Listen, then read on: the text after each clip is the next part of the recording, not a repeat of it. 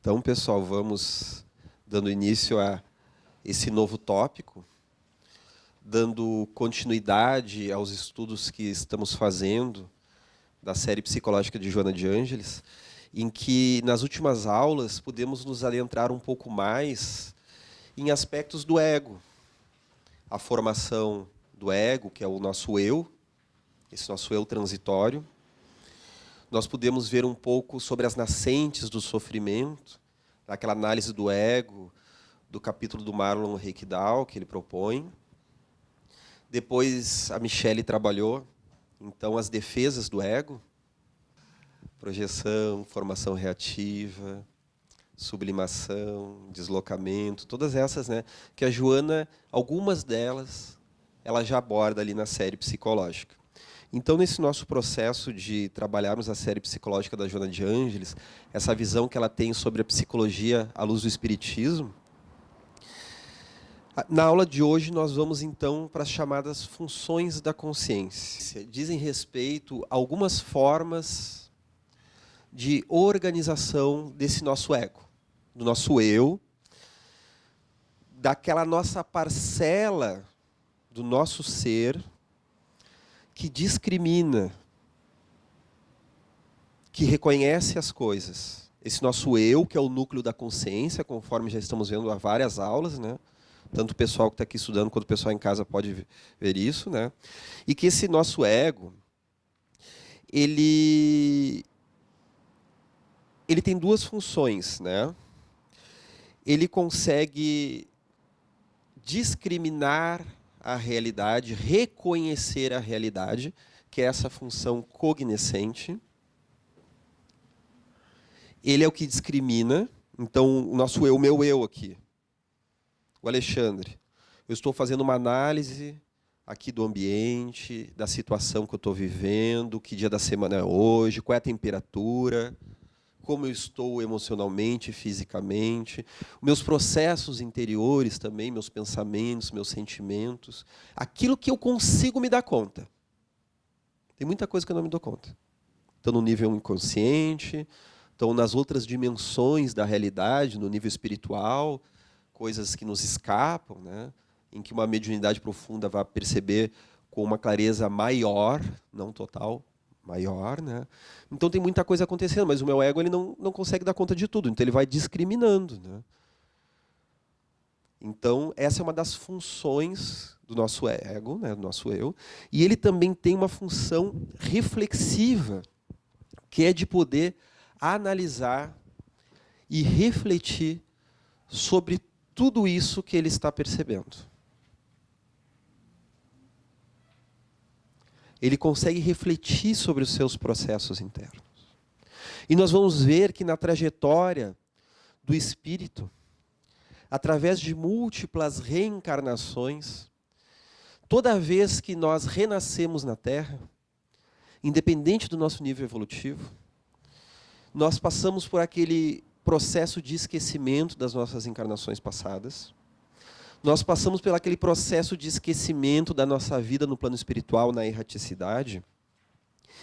E por uma necessidade psicológica do espírito, uma necessidade psicológica do espírito, nós vamos reconstruindo uma nova personalidade que nos será útil nessa vida. Então a pessoa pode ser um espírito comprometido, atribulado, há muitas décadas ou até alguns séculos sem se reencarnar, que vai vir então formar uma nova personalidade que vai lhe favorecer trabalhar esse seu processo emocional, as suas dívidas espirituais, as suas capacidades de se liberar desse material para poder evoluir, de se desenvolver. Ou pode ser, então, vamos usar um outro exemplo bem diferente. Pode ser ali um espírito de maior envergadura, de maior luz, se reencarnando para desempenhar um papel muito importante na face da Terra. Vamos pegar o exemplo ali do apóstolo João, reencarnando-se na Idade Média. Em que naquele processo de reencarnar-se, para cumprir a sua missão, a sua tarefa, ele também não dispensa essa ferramenta de uma personalidade transitória, de um ego, de um eu. Ainda assim, ele pode se utilizar daquilo que ele tem dentro dele, da essência dele. Isso. É isso? Porque Claro. é transitória, mas não há esquecimento da essência do espírito. E, dependendo das situações que ele vai vivenciar, ele vai colocar isso em ação ou não. Sim ou... É muito bem isso? muito bem colocado, porque o que nós íamos dizer agora, e vamos utilizar isso que a colega nos trouxe aqui, né? Que mesmo ali um exemplo, né? Um apóstolo João reencarnando, ele precisa então dessa ferramenta para poder transitar aqui no mundo, para poder interagir, essa ferramenta que vai se inundar da cultura local, que vai se inundar da cultura familiar, dos legados psicológicos da família, se diferenciando, conseguindo lidar com desenvoltura conforme ele já tiver evoluído, ou então se embaraçando um pouco, se ele tiver suas matrizes psicológicas ainda não trabalhadas, né? Por isso que alguém que se atrapalhou muito através do crime, da sexolatria, do vício no álcool, do engano, da imposição do poder, né? Se ele vai nascer numa família que tem isso, ele vai se contaminar com aquilo, até como uma prova, para ele conseguir evoluir e se desligar. Então ele vai se revestir disso. E daí a colega colocou isso, né? Tá, mas e o que ficou no passado? É justamente, né, um ego bem estruturado, forte, bem estruturado, mas flexível, não é rígido. O rígido é aquele que não pode ruir. É aquele que está tão frágil, se ele não for rígido, é capaz dele se esfacelar e enlouquecer, né? Mas um ego fortalecido, bem desenvolvido, porém flexível, ele vai conseguir ter flexibilidade para se adaptar melhor ao meio e para se adaptar melhor para o que vem de dentro. As suas capacidades psicológicas, os seus insights, as suas transformações, e aí a gente pega o legado do espírito, aquele aprendizado que ele já tem de outras vidas, que vai vir de uma forma intuitiva. Então, vamos ver que estamos aqui usando o exemplo de Francisco de Assis, que é um exemplo que a gente quase não usa aqui na aula da Joana, né? Então ele vai ter aquela intuição, mesmo antes daquele despertar mediúnico dele, para a missão dele, ele era aquele rapaz jovial, festeiro, não é, namorador, mas ele já tinha aquela intuição, porque mesmo ele sendo, digamos, um rapaz do mundo, que queria realizar o orgulho do pai, queria ser um grande cavaleiro, um comerciante, ele era dotado de uma bondade. Tanto que o Espírito Miramês, no livro Francisco de Assis, para o João Nunes Maia, vai falar que até mesmo os exercícios de guerra de Francisco de Assis, em que ele treinava a arte da espada para guerrear, ele não tinha noção da ferocidade disso. Para ele era um esporte. Era saudável para ele. Era quase como uma brincadeira, ele não tinha noção, ele vai ter noção quando ele vai para a guerra. E aí ele tem o impacto daquilo que ele está vivendo. Então ele vive aquela aventura cavaleiresca, mas até mesmo com determinada ingenuidade, com aquela sua bondade característica que cativava as pessoas à sua volta. Isso antes dele despertar aquela consciência maior, não é? Então é isso que a colega está falando, já vem aquele legado, né? Se ele fosse um espírito mais vicioso, talvez através desse périplo a sua agressividade apareceria com maior abundância, é uma possibilidade. Vamos ver isso, né? Então é por isso que nós temos esses aspectos interessantes, não é? E o Alexandre, assim, ó, nada é por acaso, né? Parece que o espírito que escolhe a família, né, que vai reencarnar, e muitas vezes até é para ele ter a possibilidade dele evoluir e também ter uns resgates que precisa com alguns membros daquela família, né? Que muitas vezes também vem para ajudar ele a evoluir, a ser uma pessoa melhor, se for assim.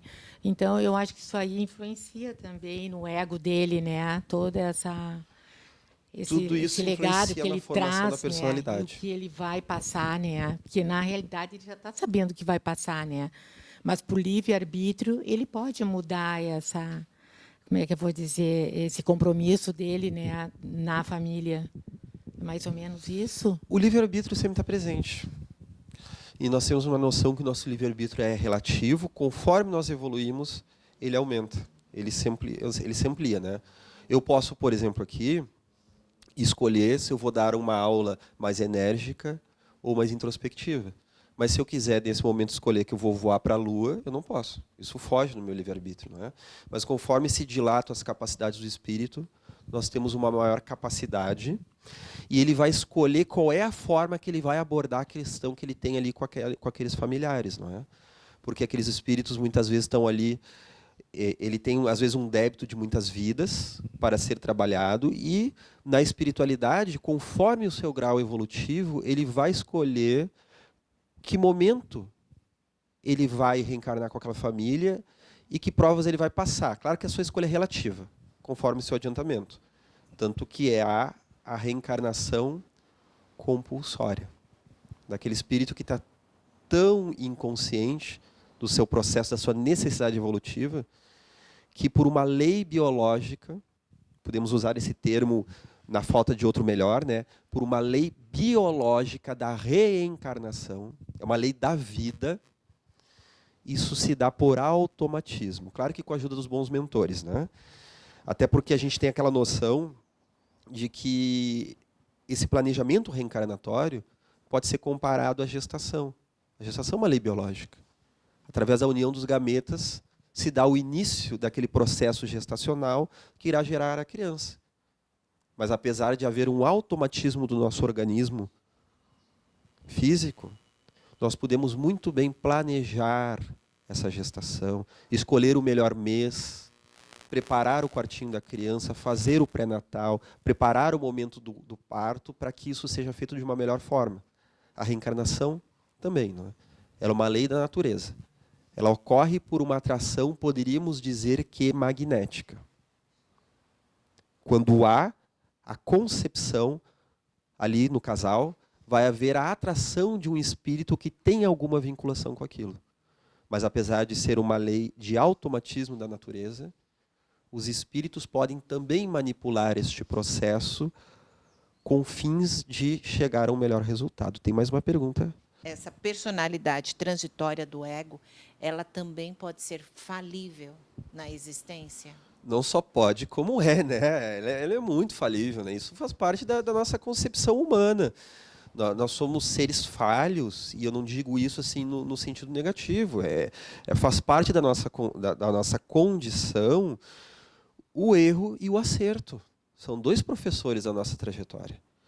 E nós podemos dizer que a nossa experiência, que é o nosso aprendizado empírico na prática, que ele é muito importante, ele é tal qual um processo científico de acerto e erro, tentativa, né, de acerto e erro.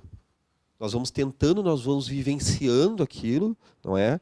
Quantas vezes nós já fomos pais, já fomos mães, já fomos casados, já fomos separados, já lidamos com a riqueza, já lidamos com a pobreza, com a saúde, com a doença, com uma série de equívocos, mas também, gradualmente, nós vamos transformando isso numa série de acertos, em que essas experiências, mesmo as mal logradas, elas ficam no nosso inconsciente com uma intuição daquilo que nós não devemos mais fazer. Então, isso que é bonito também na nossa experiência terrena, né? Nessa bondade divina que nos permite o recomeçar, o reeducar, o refazer. E aí nós vamos, né, viver polaridades diferentes da experiência humana. E aí vamos puxar de novo aqui um pouco mais para essa questão da formação da personalidade, porque daí a Joana de Ângela vai se utilizar aqui da psicologia analítica, porque há muitas tipologias psicológicas. No livro Tipos Psicológicos, que Jung publicou em 1920, ele primeiro faz um périplo por várias tipologias que já existiam na época, como há outras, né, outras teorias da personalidade que existem hoje. E a junguiana ela é muito utilizada, né, no seu processo de introversão e de extroversão. Essas funções da consciência, cognoscente, reflexiva, isso é o meu eu consciente, buscando com essas funções lá no meu inconsciente, é isso? De toda a bagagem que eu trago? Muito mais do que isso. São processos automáticos que existem dentro de nós. O nosso eu, ele tem essa característica cognoscente de discriminar, de discernir. Quando que ele perde isso, ou melhor, isso se enfraquece? Seria em casos catatônicos, seria em casos assim, de uma esquizofrenia muito avançada, que o eu rompe e não tem mais capacidade de discernir. Ainda existe aquelas esquizofrenias, né, que o eu ainda está relativamente preservado, que a pessoa consegue dialogar, consegue lidar, e de repente ela perde o controle. Mas tu ainda consegue interagir com ela em vários momentos. Há, por exemplo, o espectro autista, em que há muitos níveis de autismo, desde aquele mais ou menos preservado, que tu conversa, a pessoa ela tem uma dificuldade de conseguir perceber o mundo, né, mas ela ainda consegue trabalhar, consegue interagir, e como aqueles outros que a pessoa está no mundo à parte. Né? Que daí vai se perdendo esse aspecto cognoscente, assim, de discriminar isso que eu estou vivendo, essa realidade. Então, esse é o nosso eu, é o centro da consciência. Ele não é todo a nossa psique, que aí a gente está falando do self, que é o nosso eu maior. E o importante é que esse nosso eu transitório, a gente já vem falando isso há várias aulas, esse nosso ego, ele vai cada vez mais se adicionando ao self, a esse nosso eu maior, que um dia, como espíritos puros, nós seremos o nosso self, esse nosso eu maior. Ele já está dentro de nós, mas a gente ainda está muito partilhado. É a natureza bipolar do nosso ser. Cuidado. Não estamos falando da bipolaridade como transtorno de humor depressivo ou maníaco. Não é essa a bipolaridade. É bipolar que tem dois polos. O ego, que é o centro da consciência, e o self, esse outro centro, este outro polo, que é o centro de toda a psique, né, conforme nós estamos falando aí, né, há várias aulas. Então, isso são processos naturais que a gente tem, não só para analisar isso que tu falou, das questões de vidas passadas, questões profundas, mas para tudo. Até para analisar o que nós estamos fazendo aqui, né, nesse momento, né, como é que está a claridade do dia, como é que está o tempo, quem sou eu, que idade eu tenho, o que eu estou fazendo aqui, né? Às vezes a gente se perde um pouco, né? Eu já me perdi na minha idade, eu não sei. Já se perdeu na idade, né? Exatamente, né? Esse dia eu estava vendo, essa semana mesmo, o aulão lá da Joana de Ângeles com o Divaldo, e ele estava falando da idade dele, ele errou a idade dele várias vezes, né? Ele está com 92, ele falou que tinha 93. Geralmente a pessoa mente para baixo, né? Ele inconscientemente alterou para cima, né? Então tem isso, né? Às vezes, e esse nosso processo de formação do ego da criança, né? Aos poucos ela vai se discriminando no sentido de se diferenciar, né? E o bebê ele nasce envolto na mãe, envolto em tudo, ele está misturado com o ambiente, está misturado com a mãe, e conforme as coisas vão ocorrendo, ele vai se diferenciando, ele vai se transformando, né? Então, agora voltando aqui para esse ponto, vamos pegar aqui uma passagem do Triunfo Pessoal, no subcapítulo Indivíduos Introvertidos e Extrovertidos. A Joana nos traz o seguinte, uma passagem um pouco mais longa aqui, né? O insigne mestre vienense, ou seja, Freud, ao descobrir o poder de predominância do complexo de Édipo, e por extensão o de Electra, do narcisismo no comportamento humano, remontou a força das ocorrências mitológicas clássicas nas existências dos indivíduos masculinos e femininos, facultando-se a centralização do pensamento na libido, como de fundamental importância para a compreensão da conduta psicológica e da realidade psíquica de cada ser. Estabeleceu, por consequência, um verdadeiro dogma centrado no sexo, não abrindo espaço para outra interpretação, que não aquela proposta, tornando-se essencial para a compreensão das graves psicopatologias humanas. Havendo, porém, estudado uma variedade mais ampla de matérias, diferentemente de Freud, Jung preferiu avançar por outras áreas, adentrando-se na análise de outros instintos que contribuem para a formação da personalidade e para a exteriorização do comportamento. Concluiu, nessa análise, que nenhum deles mantinha uma predominância sobre os demais. como no caso daquele de natureza sexual, acreditando simultaneamente que havia no ser uma predestinação, a psique, encarregada de orientar o rumo das existências humanas. Então, nós estamos vendo aqui essa diferenciação, que nós já vimos lá na aula sobre libido, não é? Em que a energia psíquica para Freud era sexual, para Jung ela não é qualitativa, ou seja, sexual, né? Ela é quantitativa, uma energia X, uma quantidade X de energia, melhor, né? E que pode se manifestar, inclusive, na forma sexual, na forma religiosa, na forma criativa, na forma artística, na forma cultural, entre muitas outras, né? Assim, concluiu, identificou o liame entre ambos, instinto e a psique. Daí, mais à frente, ela vai tocar num ponto sensível da obra de Jung, que é muito utilizada pela psicologia como um todo, e às vezes a gente nem sabe que diz respeito a Jung, né? Quando o indivíduo avança no rumo do mundo exterior, é considerado extrovertido. E quando a realiza no sentido inverso, torna-se introvertido.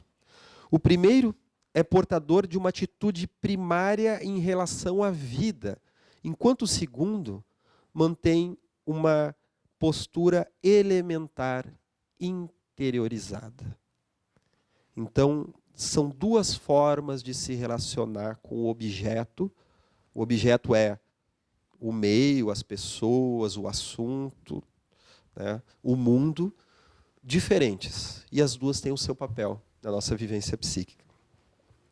Todo indivíduo, desse modo, possui intimamente as duas opções, podendo mesmo movimentar-se entre ambas. Nada obstante, sempre escolhe uma delas para a manutenção do seu comportamento, no qual extravasa as suas necessidades emocionais. Então, o que ela está dizendo aqui, né? Então, nós estamos falando, né, de introversão,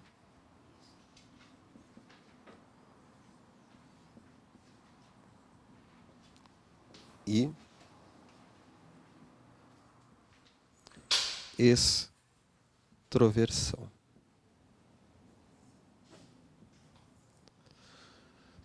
Todos nós, então, somos indivíduos que naturalmente temos a capacidade de extroverter e introverter. Sendo que é natural que na formação da nossa personalidade, nós vamos assumindo uma como predominante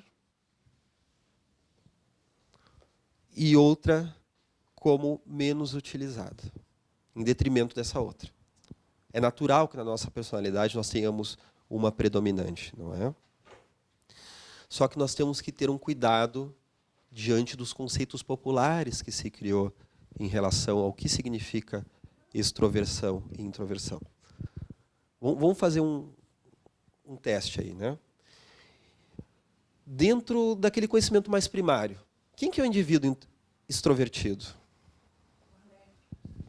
O alegre, o falante, numa visão primária. A colega colocou o conquistador, pode ser, né, uma pessoa que ataca, né, que vai até o objeto, né? A pessoa que fala bastante, que se comunica, que tem uma comunicativa, né? Essa é a visão popular que faz algum sentido com a extroversão. Tem relação com a extroversão, mas ela não define por si só, né?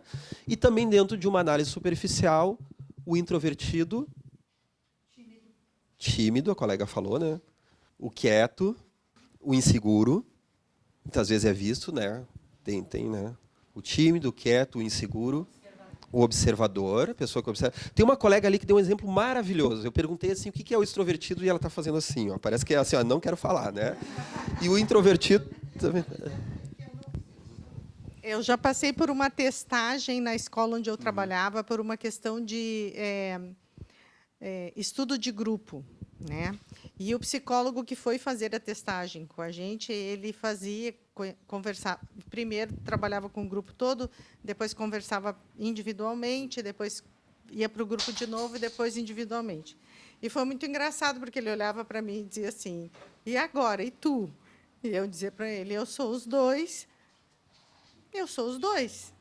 E ele ria, ele dizia, não, mas tu tem que ter uma a mais do que o outro. Eu sou os dois, eu dizia para ele. Em determinadas situações é um, em determinadas situações é outro. Só que existem palavras que, para mim, não fecham. Por exemplo, o extrovertido pode ser muito triste. E o introvertido pode ser extremamente alegre.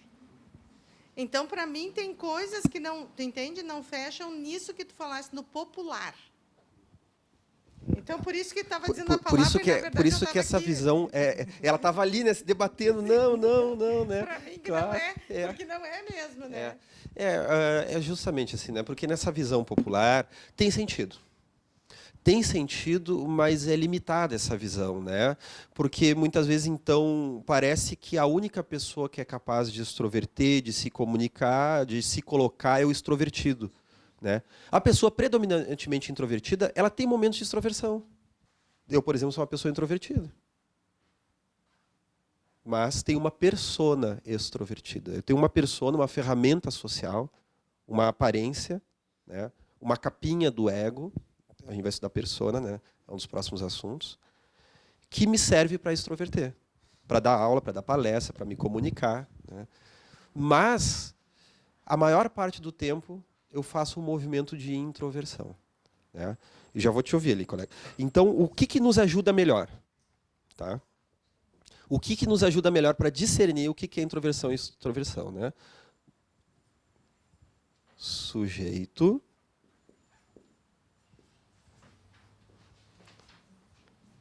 e objeto.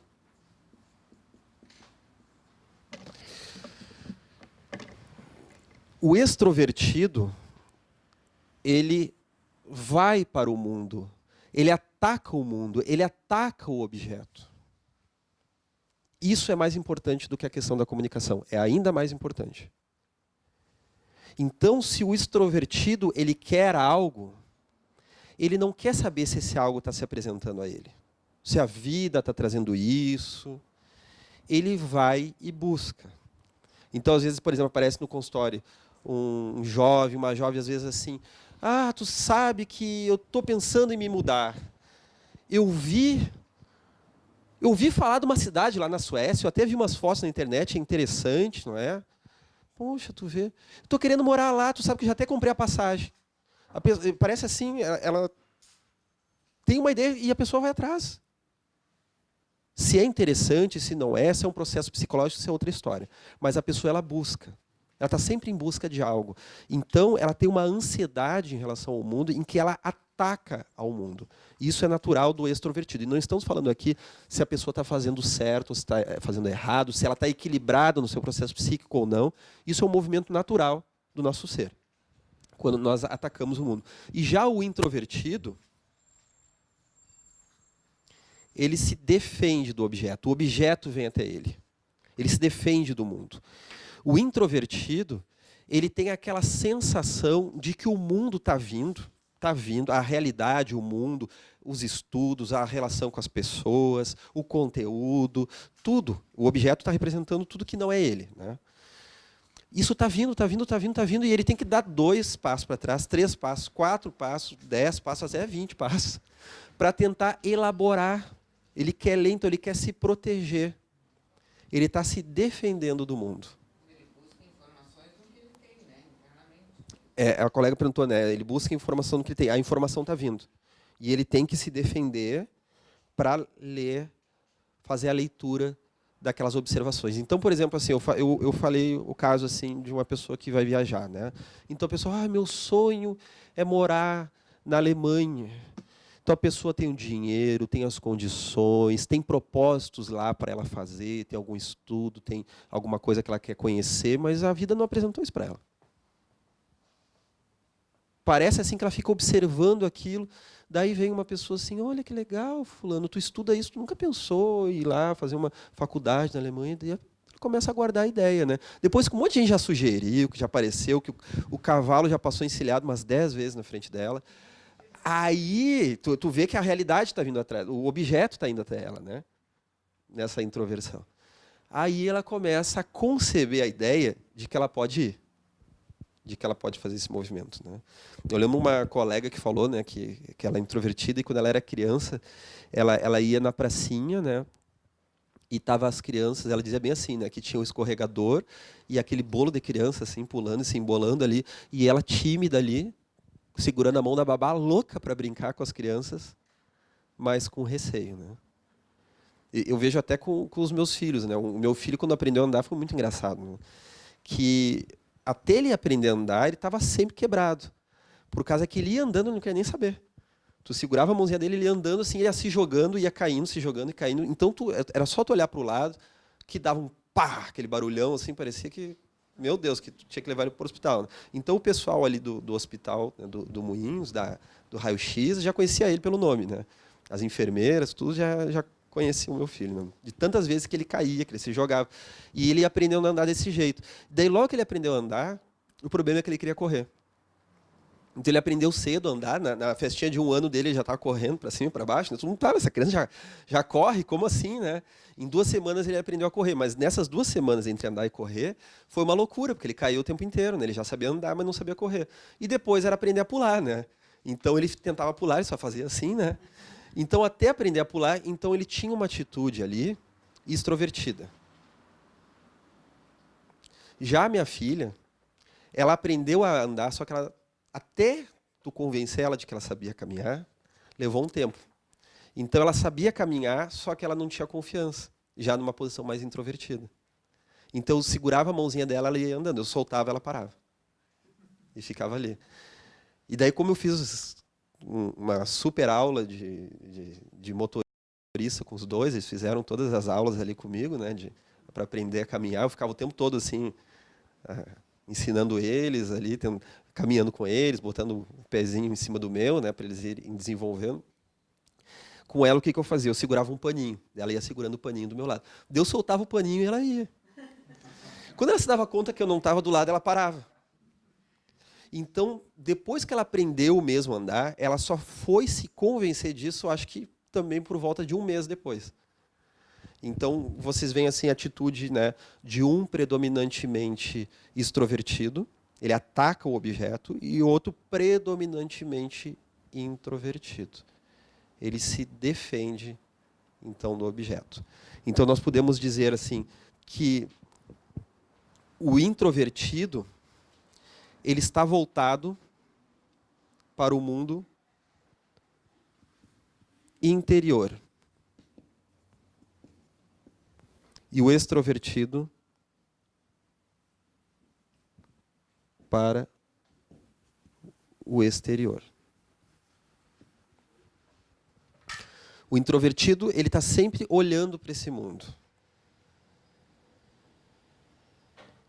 Ele está sempre buscando estar em equilíbrio com esse mundo interior. Não estamos falando aqui de evolução espiritual. Tem pessoas tão atrapalhadas quanto bem desenvolvidas, tanto introvertidas quanto extrovertidas. Né? Senão a gente cria aquele mito, né, que o introvertido é o sábio espiritual. Não quer dizer, né? Não quer dizer, pode existir também um introvertido mesquinho, não é? Que na sua introversão ele está ali fazendo aqueles planos mirabolantes, não é? Já viram aquele desenho muito sábio, o Pink e o Cérebro, não tinha, né? Como é que era aquela história?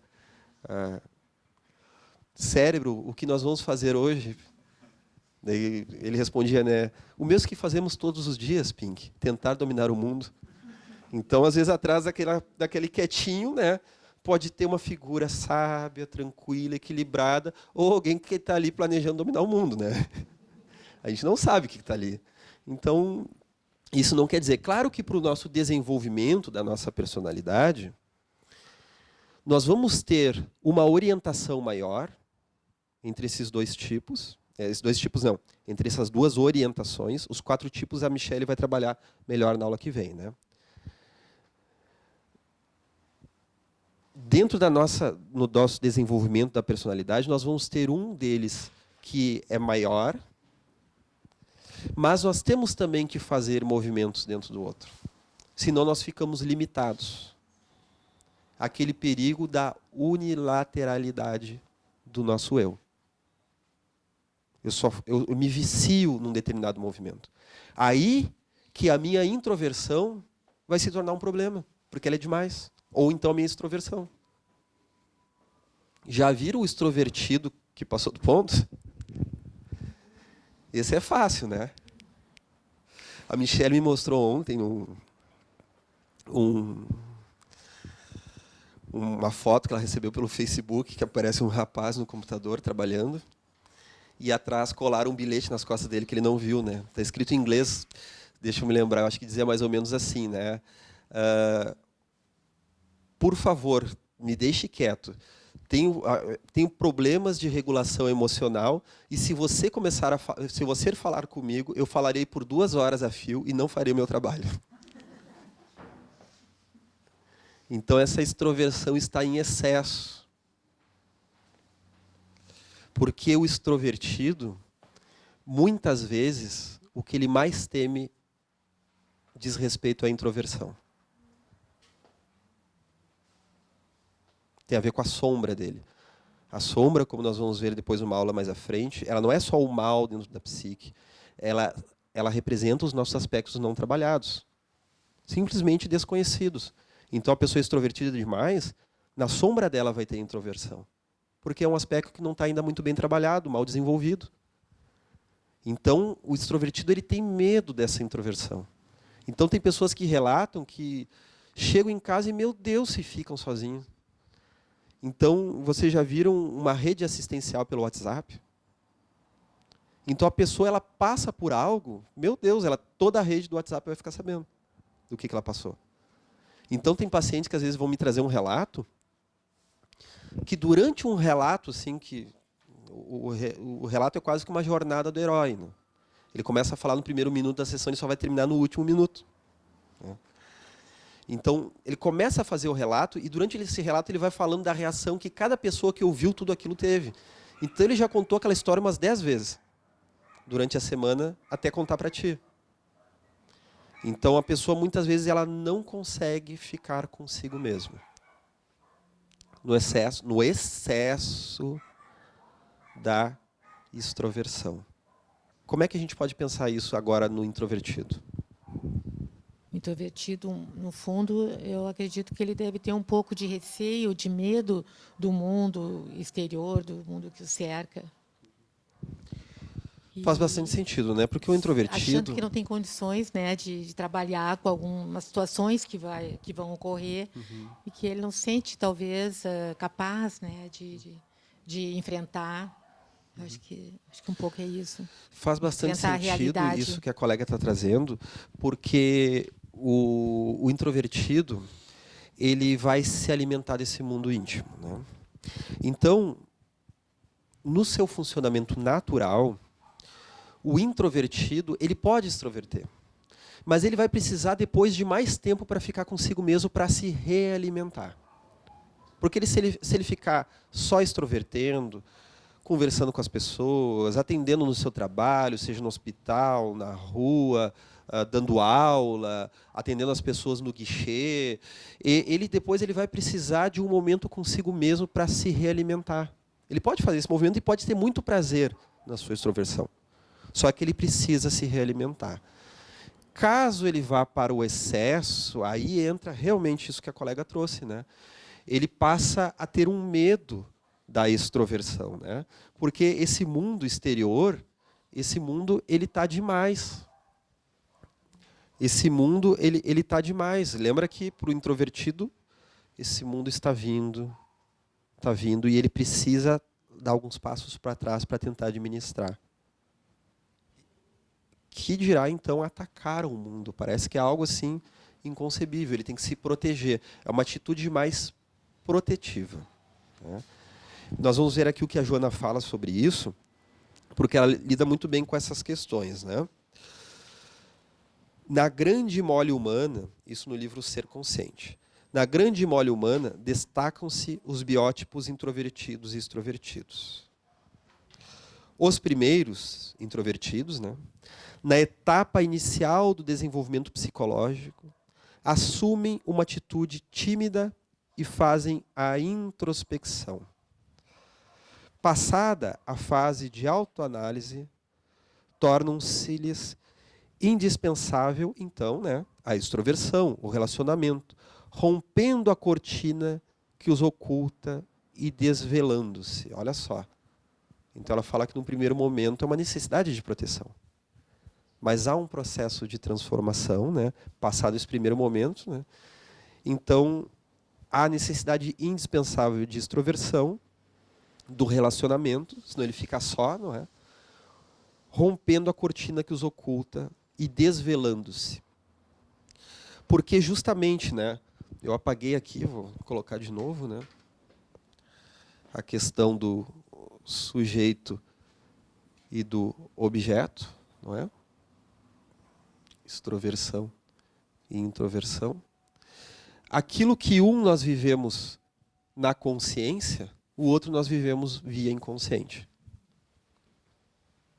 O que nós vivemos na consciência e outro no inconsciente, não é? Então, se na nossa consciência nós somos introvertidos, é natural que num processo inconsciente, ao mesmo tempo, nós buscamos uma extroversão. Vou usar um exemplo disso. Uma vez eu observei isso num ambiente social, que eu estava num acampamento, num grupo, né? E o grupo todo dialogando animadamente. E eu tinha uma necessidade muito grande de, naquele momento, ficar quieto. Mas parece que aquela extroversão dos colegas me alimentava, estava gostoso aquilo. Mas eu também não tinha vontade de falar. Então eu estava fazendo um movimento introvertido, eu estava me recolhendo, eu estava até fora da fogueira, eu estava à distância, caminhando ali junto à natureza. Para quem visse, até poderia parecer até algo antipático, assim, né? Tá todo mundo ali conversando e tem aquele ali que está se excluindo, né? Mas para mim era muito gostoso ficar ali tendo aquela presença dos outros que estavam extrovertidos, né? Ou seja, inconscientemente, num outro processo, eu estava buscando aquilo, eu estava me alimentando daquilo. Eu também buscava estar ali.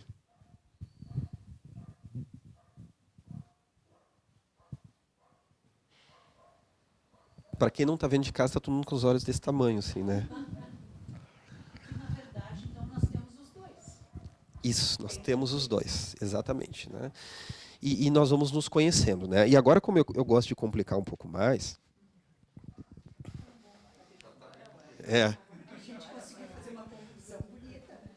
Lembre na aula sobre libido que nós falamos na regressão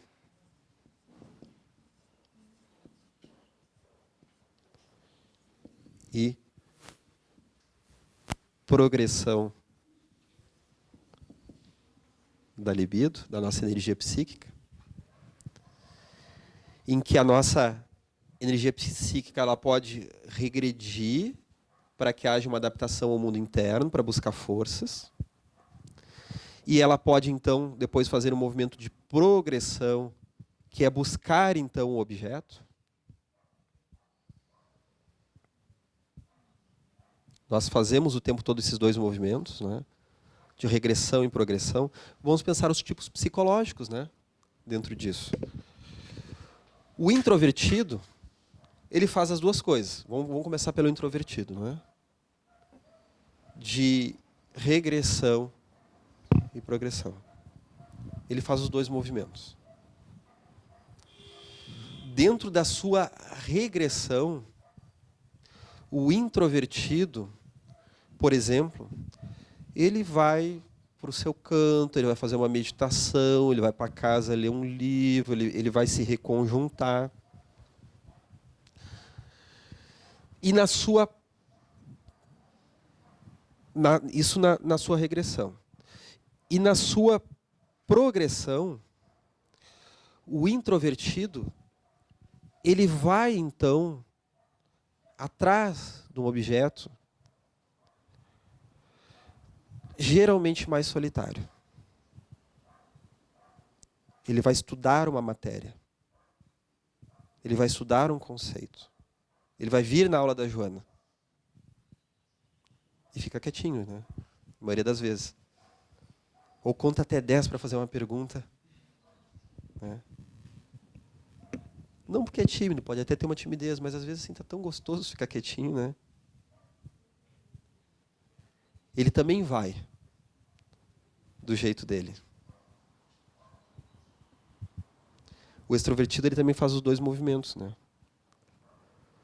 O regressivo, no seu movimento regressivo, geralmente ele também busca um pouco de contato, né? A pessoa está triste, tomou um fora, eu vou para casa me realimentar, né? Eu ligo para uma amiga, para um amigo, para tentar entender o que aconteceu comigo, né? Olha só, amiga, está acontecendo uma coisa comigo, eu quero ver o que é isso que está se passando comigo, mas eu faço com o outro junto. Eu preciso desse outro. E daí no progressivo, né? Ele faz esse movimento em conjunto. Vamos estudar? Vamos. Então vamos fazer um grupo de estudo. Eu não vou pegar um livro, vou para a biblioteca estudar, que nem um introvertido. Eu não vou vir só na aula da Joana. Vamos fazer um grupo para iniciar a aula da Joana? Para nos matricularmos? Quem sabe a gente faz... Amigo, amiga, eu estou querendo fazer uma viagem, vamos fazer junto. Eu ouvi falar que naquele centro espírita lá tem uma aula sobre Joana de Ângeles. Vamos pegar a nossa turma lá e vamos se matricular todos nós juntos? Parece que faz aquele movimento de bando. Então, ambos podem ter estes dois movimentos, né? Tanto de regressão como de progressão. A pergunta que a colega fez aqui para a gente rever a explicação de antes, né? O extrovertido, a consciência dele, o ego dele, essa personalidade, ela é predominantemente voltada para o objeto. Inconscientemente, ela também faz uma volta para o mundo interno. Vamos ver um exemplo, né? O Gelson ele tem um exemplo muito bom que ele utiliza assim, né? Para o extrovertido, ele vai comprar um vaso, por exemplo, ele vai ver o valor social daquele vaso. É um vaso caro, é um vaso bonito, que veio da Índia, que ele vai botar na entrada de casa e vai chamar a atenção. Ele já está louco para responder para as visitas como é que é aquele vaso, não é? Que vaso lindo, o valor social que tem para o coletivo. O introvertido é diferente. Tanto faz se aquele vaso é caro, se é lindo, se é cobiçado, ou se foi feito por uma criança de 5 anos de idade. Mas sim o valor emocional que tem para ele, o valor simbólico. É um valor interno. Inconscientemente, a gente também faz o outro movimento. Viu como eu complico, né? O pessoal em casa vai ter que ver 3 vezes essa aula. E daqui a uma semana, pode ver a 4ª. Tá? Os dois fazem esse movimento, né? Então, se eu sou extrovertido, esse vaso, eu vou querer o vaso caro que chama atenção, que é bonito, que é lindo, que é maravilhoso, que custa um valor bem caro. Mas lá no fundo, tem aquele valor mais pessoal, né? O que ele está representando para mim, lá no fundo. Talvez numa análise sincera, parando para pensar, às vezes a gente se dá conta disso, né? Tá, mas por que esse vaso que é tão caro, que é lindo, e eu acabei escolhendo ele? Na verdade, ele tem um valor simbólico para mim, né? Podia ter escolhido o outro, que era também até melhor, né? Ele tem uma questão simbólica, uma questão pessoal, né? Então, tem um caso muito engraçado, assim, né? Eu vou usar um exemplo de uma pessoa, eu não vou dizer quem é a pessoa, para não expor ela, né? Então, não vou dizer que é o meu pai, né? Então, ele não vai querer que eu diga isso na aula da Joana, né? Depois vai parar no YouTube, né? Mas ele sempre teve um apreço por casas muito grande. Então, para ele pintar a casa, arrumar a casa, adornar a casa, ele é muito extrovertido.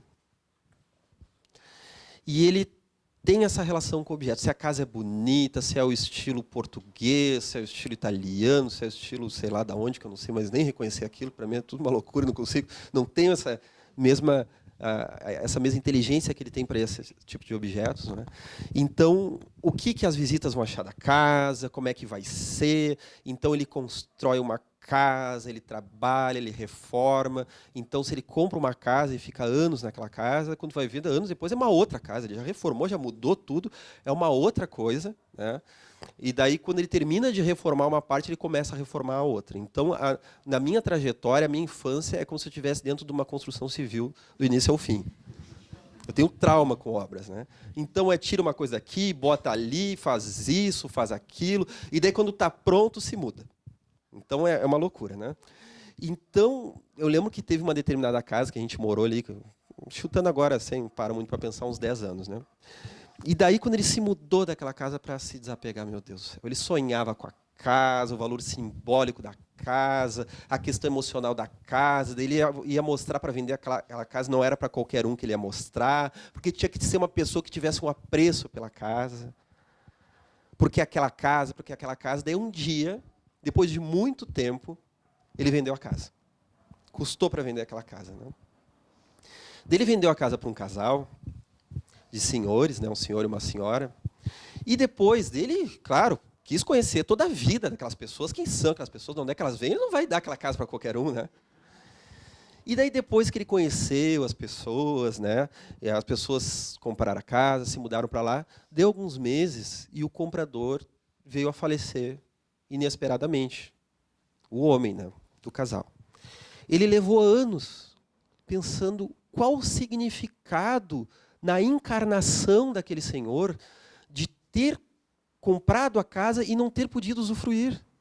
Vai ver, Deus colocou a casa na vida daquela pessoa que era para passar só 3 meses naquela casa, que era para trabalhar um tipo de desapego, um tipo de questão. Eu dizia assim, pai, e se a gente pensar assim que talvez essa casa não tenha grandes coisas dentro do processo da pessoa, se tem ou tem, a gente não sabe. Talvez para ele era só uma casa. Talvez tivesse outras questões mais profundas ali, né? Ou seja, para o extrovertido, o valor da casa, o valor social, se ela é bonita, se ela não é, se ela é dourada, se é azul, se é amarela, se é cor-de-rosa, como as pessoas vão ver, como as visitas vão ser bem recebidas, qual o valor que tem naquilo, se o caminhozinho foi feito de um jeito ou se foi feito de outro. Mas lá no fundo, olha só a questão emocional que ele estava botando, o significado pessoal, não é? Então levou anos para ele parar de perguntar, né, em voz alta, né, por que será que o fulano, né, ele não pôde usufruir daquela casa? Ele não perguntou assim qual era a relação da esposa do fulano naquela encarnação, a relação dele com os filhos. Será que ele conseguiu superar as suas más tendências, desenvolver as suas virtudes, fazer o seu papel aqui na Terra? Como que foi o desapego até dos bens materiais para chegar no plano espiritual? Outras reflexões. Né? Se ele fez essa pergunta, ele não me falou. Era só a questão da casa. Então é natural para o extrovertido isso, é muito comum. Né? E a gente pode pensar que N casos, N exemplos, né? Então, na aula que vem, nós já estamos terminando, né? Nós vimos aqui as 2 orientações. Extrovertido e introvertido. Esse extrovertido que é tão mais natural na nossa sociedade, né? É muito mais aceito, é muito mais fácil a nossa sociedade... É muito mais fácil para o extrovertido se adaptar, né? Já o introvertido já é um pouco diferente. Né? O Ocidente é muito extrovertido e o Oriente... classicamente, pelo menos, né, tem uma natureza mais introvertida, de valorização mais da experiência íntima, pessoal. Não é? É muito natural essas várias manifestações dessas tendências psicológicas. Então, na próxima aula, a Michele dará continuidade às funções da consciência, onde, então, ela vai trabalhar os 4 tipos psicológicos. Porque nós somos...